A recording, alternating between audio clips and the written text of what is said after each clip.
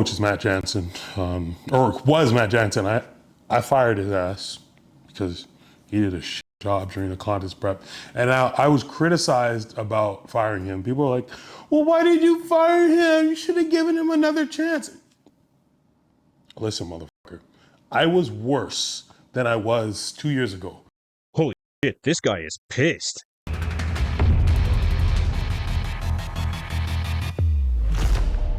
What's going on, you guys? Welcome back to EP09.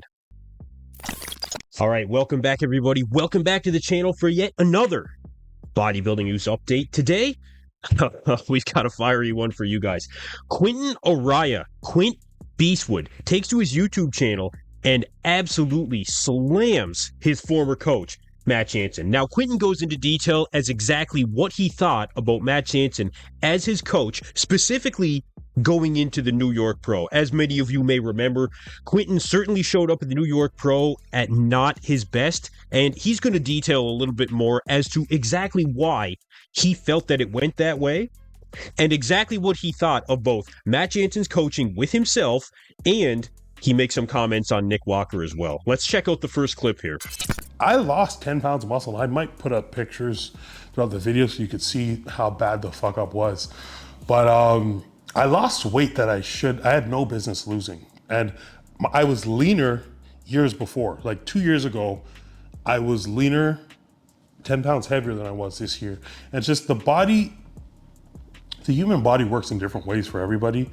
And I need to take accountability for some of this because I was willing to do whatever. I'm one of those stupid fucking clients. Like, I just listen. If I trust you as my coach, I listen to everything you say. Like, okay, we're gonna do it. And I trusted his reputation and I trusted his expertise because I thought he knew what he was doing, when in fact, I thought it was just a me thing, and I definitely took it a little bit personal because he gaslit me after it and he said that my gear was fake.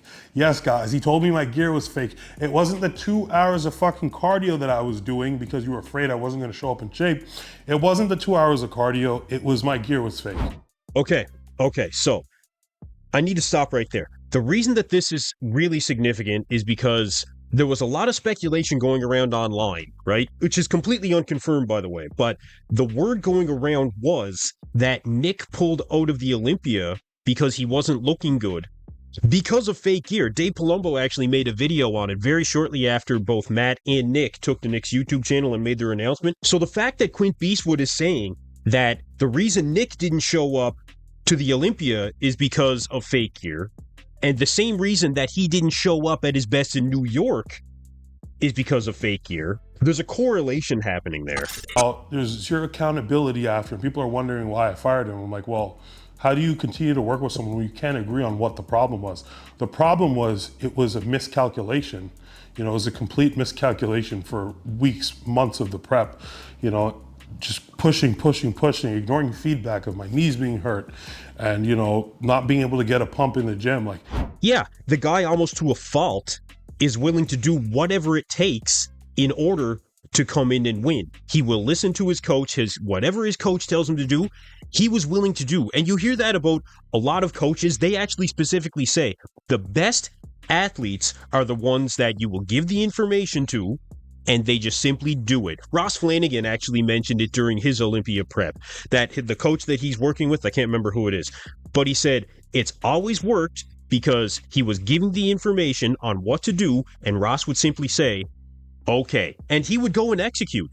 That's what many coaches say makes the best client. But is that in the best interest of the athlete? And I guess that's one of the things that we're learning here. So as much as Matt Jansen is getting a lot of the blame here from Quint Beastwood, at least he is taking some accountability. But the fact that he says that he lost 20 pounds, as he said here, more like 20 pounds of solid tissue.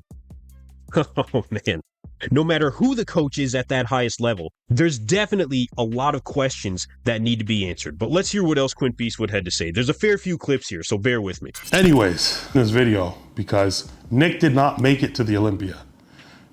Nick didn't make it to the Olympia, guys. And people are gonna criticize him, as you know, I was criticized heavily too for my appearance at the show. People are criticizing Nick, and listen, like, we're public figures, so, you know, criticism is fair.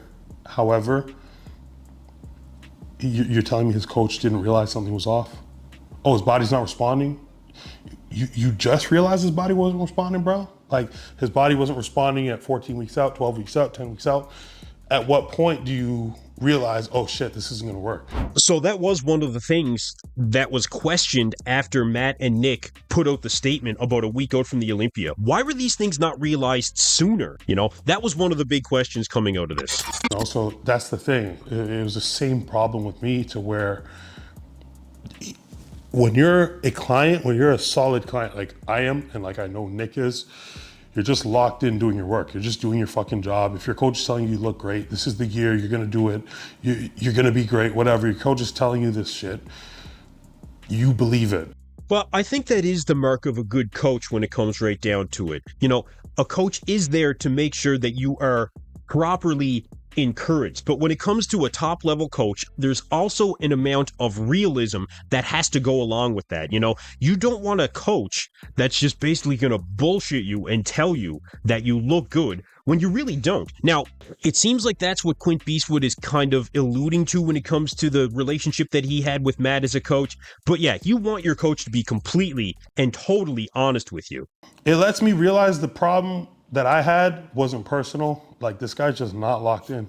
I have proof of him ignoring feedback and yeah, all that shit, ignoring feedback, telling me that he thinks the gear's fake. I haven't asked Nick what the actual problem was. I just know what everybody else knows. I know the rumors of fake gear.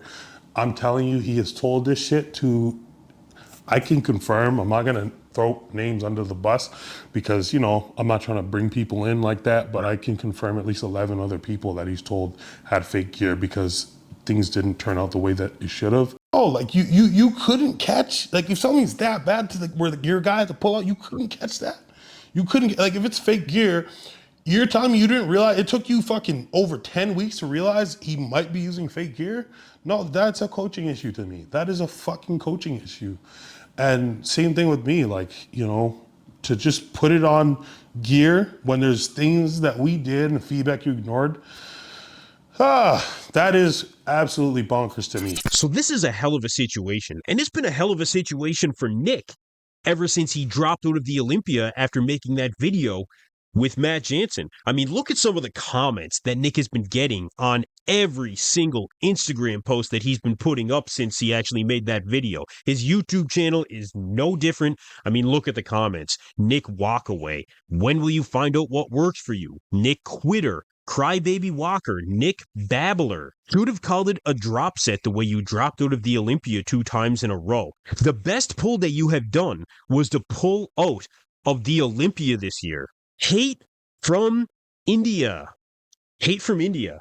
You guys, these comments have been absolutely savage. And you know, I really think that comments to this degree, no matter what happened between Matt and Nick or what would have happened with fake gear or whatever other rumors are flying around, you guys, this is completely and totally undeserved as far as I'm concerned, okay? The fact of the matter is, Nick is still a fantastic bodybuilder. Did he let down the fans? I think to a degree he absolutely let down the fans. But I do not think that Nick deserves the hate that he's getting to this degree from the bodybuilding world. Now, Nick did clap back here on his Instagram saying, love me or hate me, but everyone loves a comeback story. This is a recent post from Nick Walker.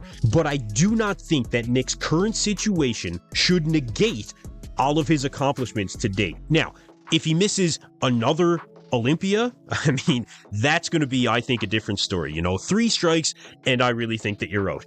But this guy does have enough behind him where you can still stand up and say, yes, Nick Walker is still a fantastic bodybuilder. He does have some ground that he needs to make up with the fans very clearly here. But to this degree, I mean, you guys, we got to cut this guy a bit of a break, all right? And let's wait to see what Nick does do next. Now, I'll be right there with every single one of you. If Nick skips out on the Olympia again or has more excuses or whatever it might be, yeah, that's going to be a different story. But up to this point, this is really how I see it. But I do want to hear from you guys in the comments section. What do you think of the comments that Quint Beastwood has made about Matt Jansen. Let me know what you think of the accusations. Let me know if you think that Nick deserves this level of criticism. Really and truly, let me know.